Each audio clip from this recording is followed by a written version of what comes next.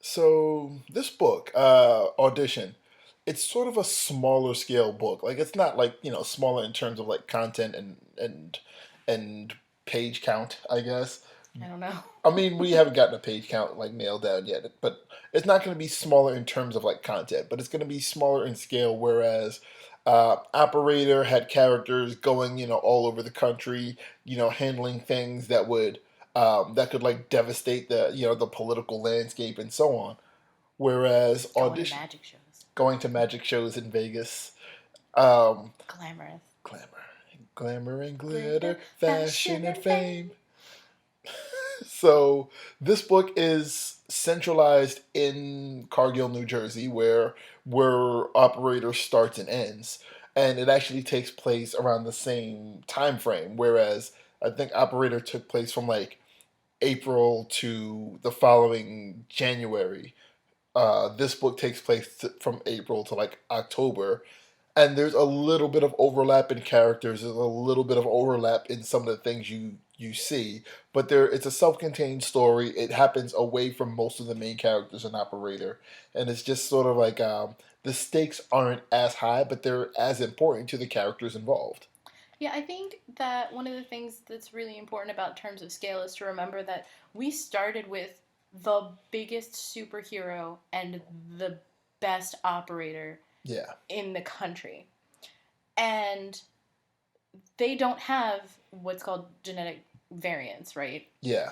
Um, and as I said before, genetic variance isn't, you know, it's not the big giant X Men It's not superpowers. an optic blast.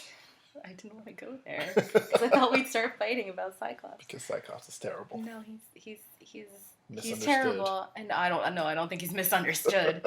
I think he's a great character. There's Look a at this difference. rabbit hole we've gone down because of you and your optic blast. Your optic blast. Anyway, so the whole thing is that when you look at the really big story, that's really exciting and whatever. But like to get the depth of the universe, you can't just look at these big stories. There are other people involved here. Yeah, What one of the things that's in Audition is that you get to see Double M at her day job, which we yeah, talk about a little bit in Operator, but you don't see what that's like. yeah, And so that's really cool because it allows you to sort of see that, like, okay, the stuff that we saw was like, you know, above and beyond. One of my favorite authors talks about how a sequel is always someone's second most important story. yeah. And so she's not a big fan. She doesn't do them really. Okay.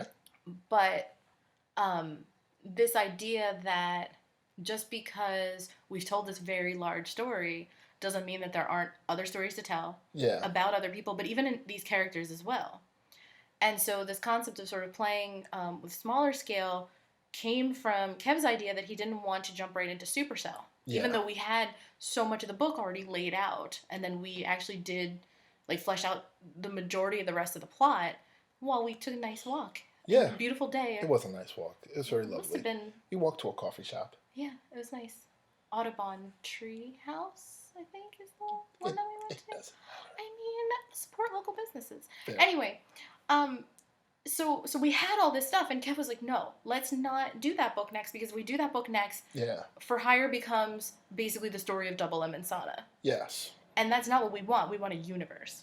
So to work on this smaller scale is to not only show genetic variation and how it works, to show the subtleties of it, to show how it can be sort of expressed, like Camille, the way Camille expresses her variants Yeah. is showy, but it's not necessarily, double M level powers. Exactly. Yeah. And like Double M is huge. Meanwhile, Camille works in the same city, doing the same job in the same office, but is it such a smaller? It's such a smaller scale, such a lower level of notoriety that like you get to see sort of the difference between the two of them and like sort of how that looks. Like you know what it looks like for a superhero to be at the top of their game, but what if their game just never really took off?